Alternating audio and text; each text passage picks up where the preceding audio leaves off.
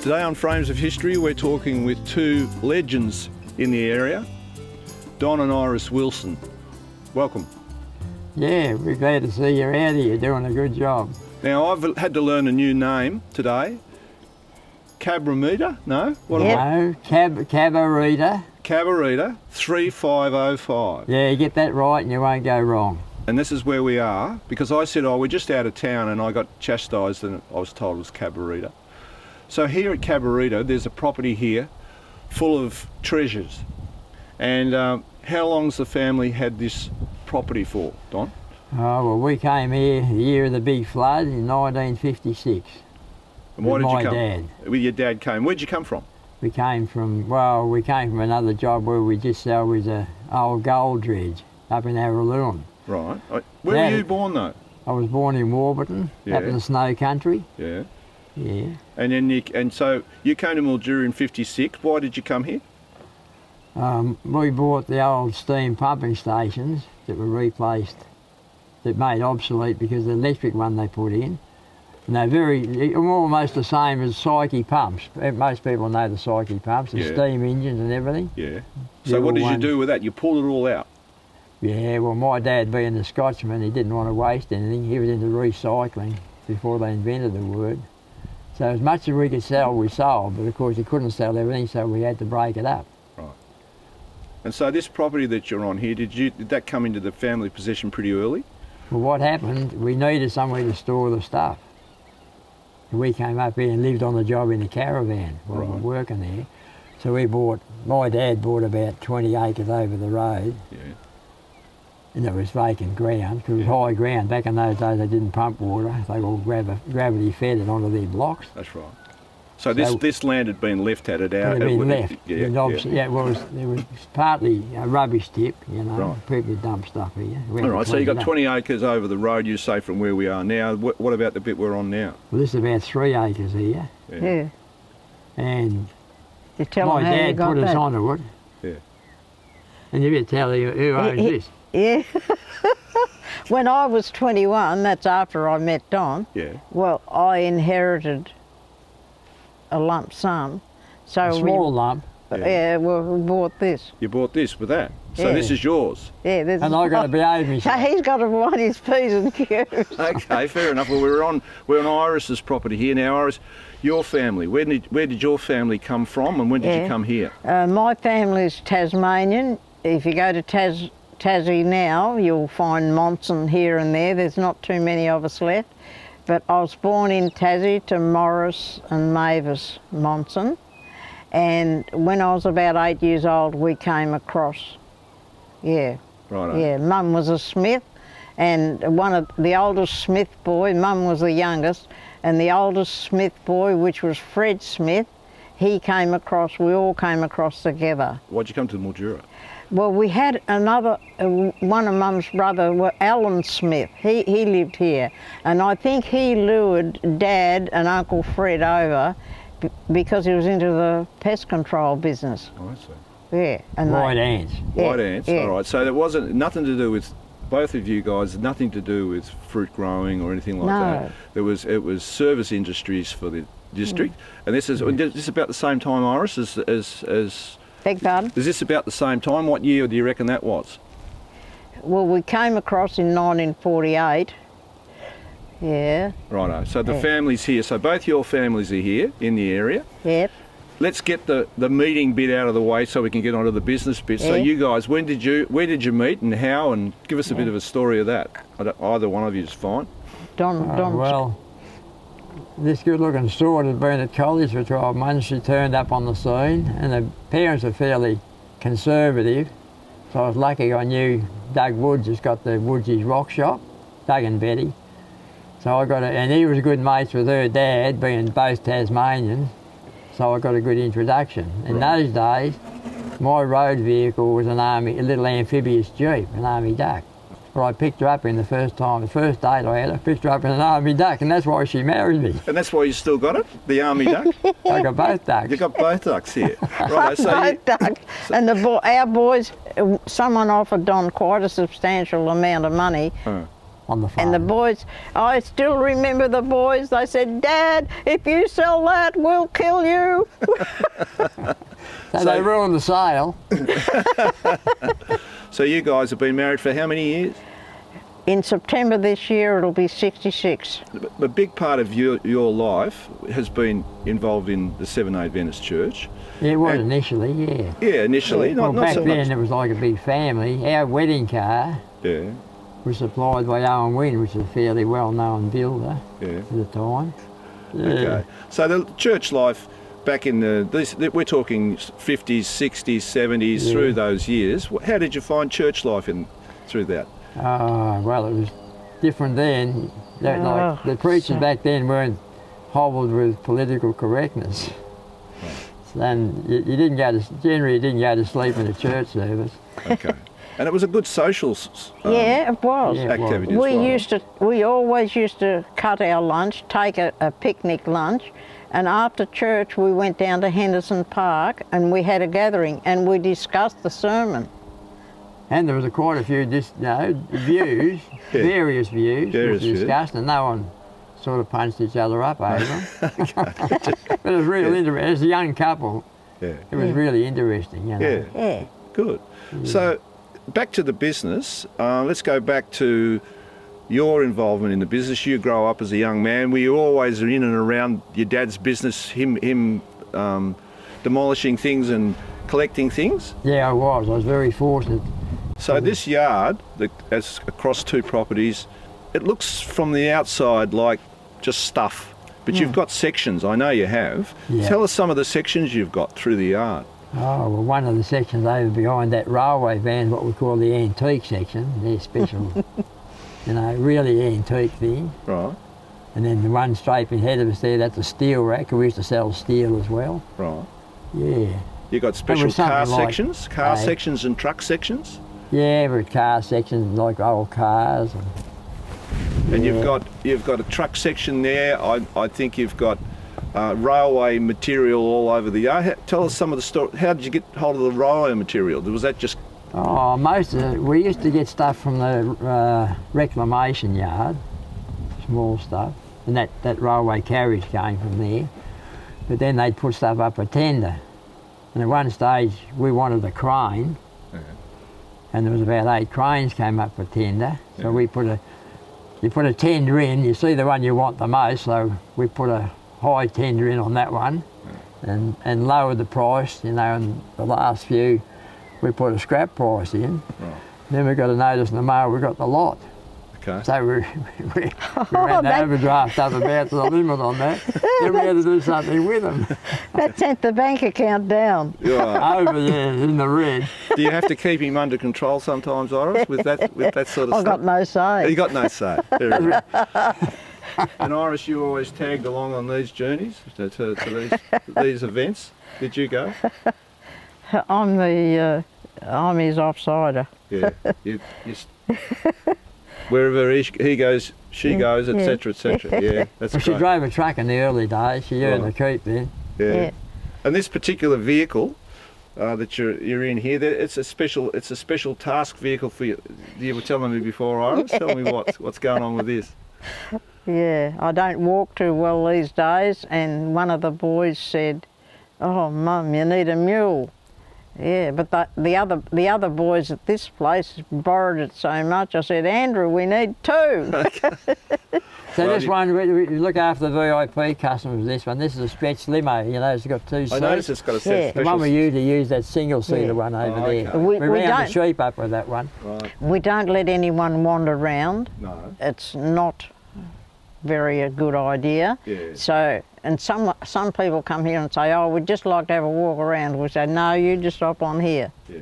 Yeah. Well, I've had the tour, and it's very educational and entertaining because there's all the special sections of the yard. So, well, the yard's very famous in the area. I suppose the challenge is what happens to all the stuff. I suppose it gets passed on to the other members of the family. Well, in the early days we were a bit worried because when the kids are growing up, they say, "When you die, Dad, swish she goes." They'd have an auction probably before they buried me. But every one of them now has got the collecting bug, even our son-in-law. Yeah. They all collect engines and machinery and They all Goodness appreciate for that it now. gene, it got passed down, didn't it? That gene went down. Yeah, and that's right. Yeah, Fantastic. you've hit Yeah, it's them. in their blood, I think. Oh, Now, that's great. Well, thank it's certainly goodness. been in your blood. Both of you, you're a wonderful pair, and it's been fantastic to talk to you today. Thanks very much. I hope you found it interesting.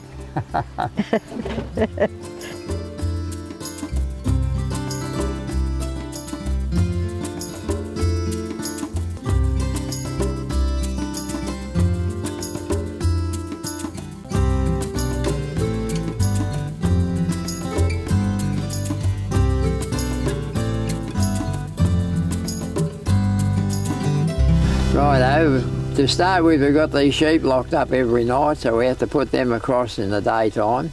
We put them across the road, so we call that the steelyard stampede. It'll probably come up on the picture. Okay, let me get aboard.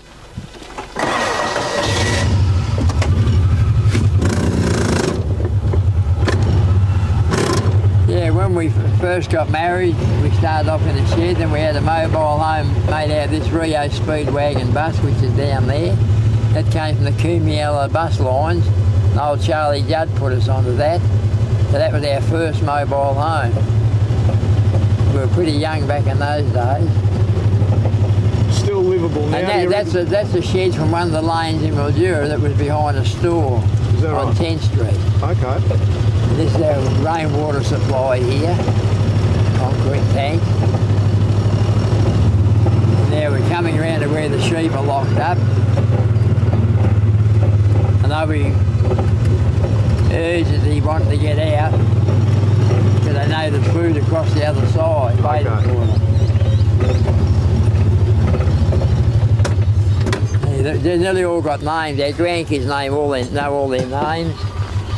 You know, Bit of bread for them, get them I going. spoil some of them. There's a little one there called Runty. He gets a bit spoilt. This one's called Peachy Face. She's a bit of a rogue. This little fella who put his head through the gate here to get some in a minute. Yeah, come on, little fella. If the others let him. Yeah, we'll let him out and you'll see him run. Off you go. We call that sheep the Baptist sheep because it's owned by the Baptist minister and we're looking after it for him. Is that right? Oh, he found the bread. They bit the thieves. Come on, come on, come on. Ready? Any cars coming? Ready, set, go!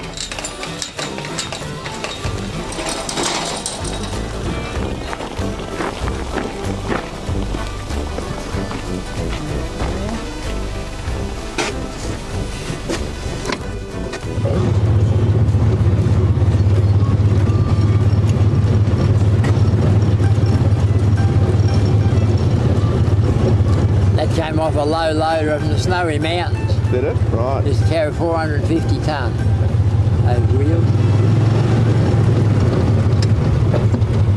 Well, you got the traffic lights here. Yeah, that's the Hume Highway we call that, the main road through the place. Is that right? And that's the old Blitz crane over there. Yeah, so tell us about that. Well, there used to be a sawmill in Wentworth, Neville's sawmill. Yeah. And that used to be their crane around the sawmill. But those blitzes would be ex-army right from the war. Yeah, that's a Second World War blitz, and that's what they call a monkey nose blitz. If you see the one to the left of it, they got a different cabin. They were an early model. Okay. Yeah, and then they changed them over. So you've used that crane yourself? No, we haven't used that one, but we had one very similar. This is our spare tyres for horse carriages here. Oh, okay. Those rings there are called tyres. They put them on the wooden spoke wheels. Yeah. And over there, there's a sulky. See that sulky over there? It's got a chair on it. Yep. That won first prize in the Pooncarie show about 100 years ago. Did it? The old lady that owned it came out here one day. She was at Wakefield from Tarcoola Station. Yeah. I asked her to come out one day and have a look around. Said, "Oh, my memory book's gone. I lost the page." And she came out here and we drove past that and she stopped and looked and looked. I said, "What are you looking at?" She said, "Oh, that's sulky." Yeah. I said, "What about it?" She said, that used to be ours. I said, I thought you'd lost the pages out of your memory book. Oh, she said, I can never forget that. Me and my husband used to go around the rabbit traps every night with a hurricane lamp. She said, I'll never forget that sulky. And that's a furniture van over there. It's got Don Wilson on it. Yep. But it was actually owned by Don Wilson that operated it for years. He only passed away a couple of years ago. But we bought it and did a few trips with it. The last trip I did was going to Brisbane. We shifted people up to Brisbane and the whole family went. We had a holiday coming home, we camped in it. You fit about 5 people across the front seat of that. It's got a full width. Fantastic. Yeah. What sort of make is that, you think? What sort of... It's got a Bedford diesel motor in it. Is it? Yeah, it'd be, so I presume it's a Bedford chassis. And this big steam drum here, this is a steam drum from the steam boilers out the 90-foot pumps. We sold most of them. This caravan here, my dad built that back in about 1950 something. And the first job we did with that was dismantle the hydraulic cranes on the wharf up at Echuca. Okay. What's it made out of, that van? It was made out of, before you could get masonite, it was some sort of stuff similar to masonite. Oh. And then that's how the annex is folded out on this end. Yeah. It had 48 cupboards and drawers and had a Lux wood burning stove in it with a hot water service. So we had a shower on this end, you could have a hot shower. That's a little 16-inch wheel Chev Blitz, Second World War. That came from, I'm trying to think of the station there, up near Ivanhoe. It came from Ivanhoe. Yeah. And it used to be their fire truck as well as their station vehicle. Yeah. That's a Thames truck over there. Iris used to drive that when Daniel was only a baby. We were carting red gum sleepers for the Transcontinental Railway. That one at the back got the name on the door again. Now, you've got to watch your head going under this tree here. Yeah. But when she drove that, she had a banana box on the other side, and he used to sleep in the banana box. And you see the banana box should still be in there.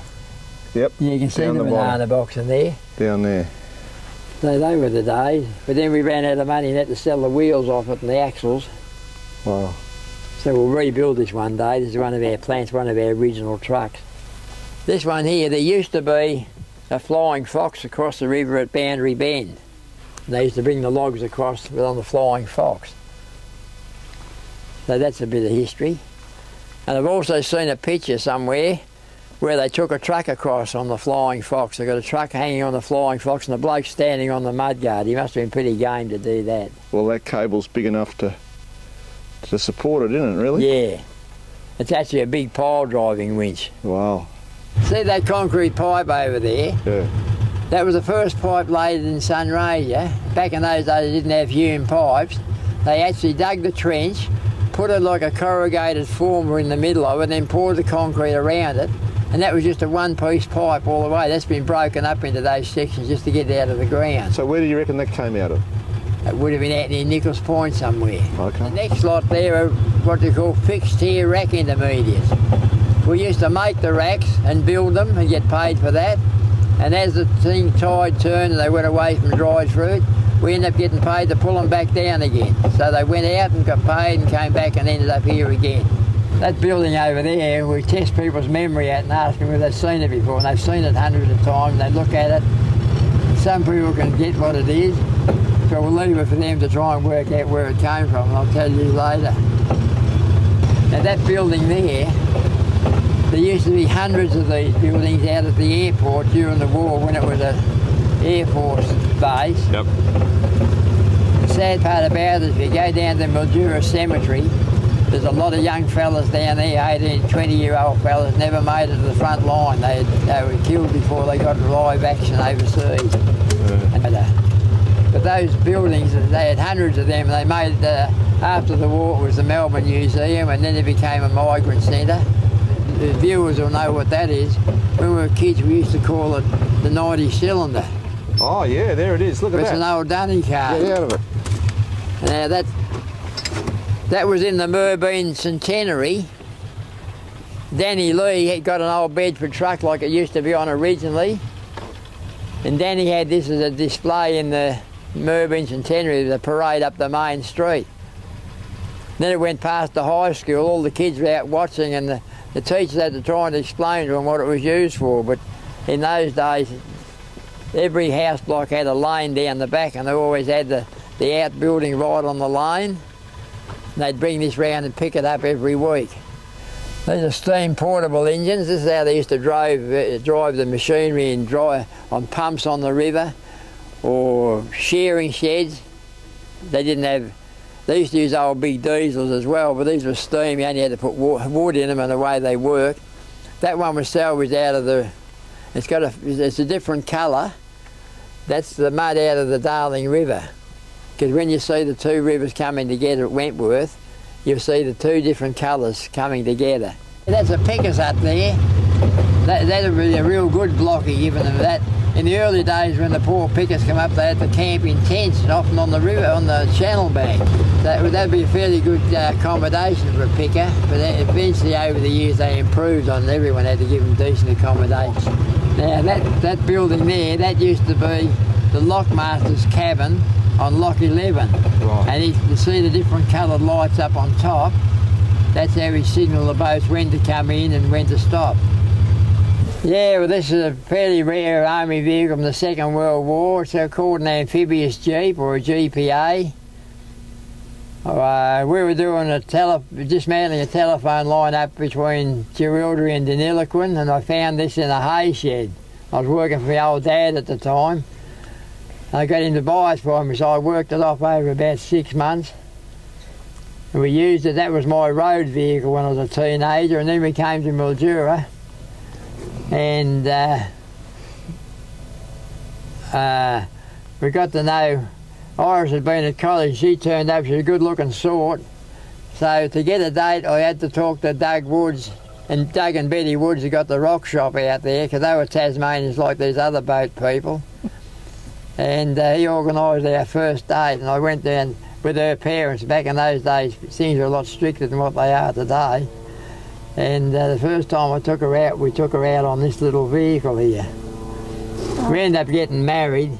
We went on a trip on our honeymoon, and we called into Warburton, where I came from, where the Weet-Bix factory was.